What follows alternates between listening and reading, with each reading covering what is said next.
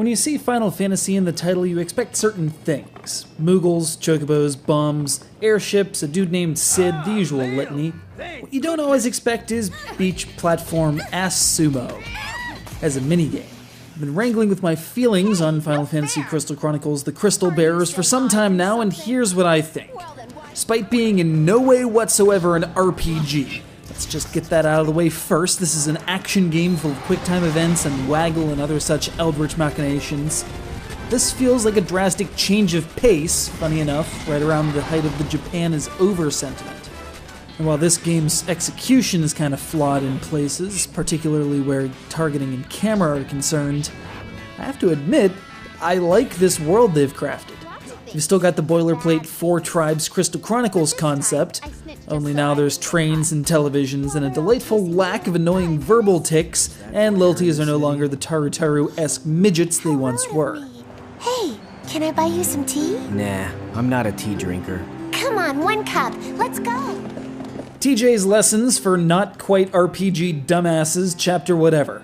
When a cute girl offers to buy you tea, even if she's from outside of your species, and even if you were very recently terrorized by her pet ferret, you sit your ass down in that chair and drink your goddamn tea. Or stand there.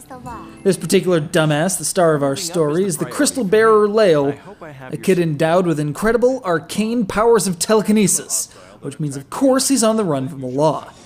After a chance encounter with one of the last remaining Ukes, not youths for a change, who appears to be up to no good, Lael finds himself attempting to thwart a resurrection using the power of throwing crap into other crap.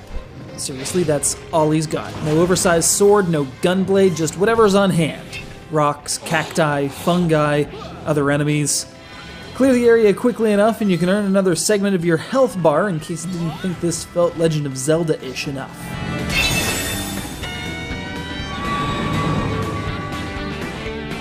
Yeah, it doesn't look like any Final Fantasy I've ever played either. But then again, perhaps I was just so disappointed in Ring of Fates that I needed anything else.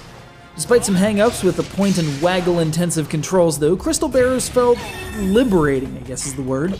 The gameplay can vary wildly between action platforming, beating up monsters, tinkering together new equipment, and stealthing your way through a train car on lockdown. Through it all, you're being hounded by, or stalking, one or the other, a mischievous Selkie named Belle, who I swear I've heard somewhere before. Anyway, it's all the adventure of a Final Fantasy, just without the number-fixated gameplay or stat micromanagement. So wait, isn't this what everyone was clamoring for? A non-RPG that could live up to its notorious name? Oh, and if you really are interested in me, tell me directly. I don't like hearing you scurrying behind me. It's really creepy.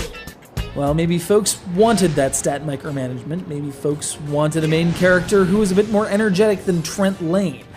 Maybe folks wanted control that wasn't dependent on holding a cursor over a target while bouncing around in a chocobo-drawn carriage, or whose combat was a little more elaborate than throw crap at crap. It starts off as a cool idea, but can quickly turn repetitive since, unlike most RPGs, you can't really break your damage output. Maybe folks were nervous, thinking Belle was going to call him Senpai, wouldn't that be confusing?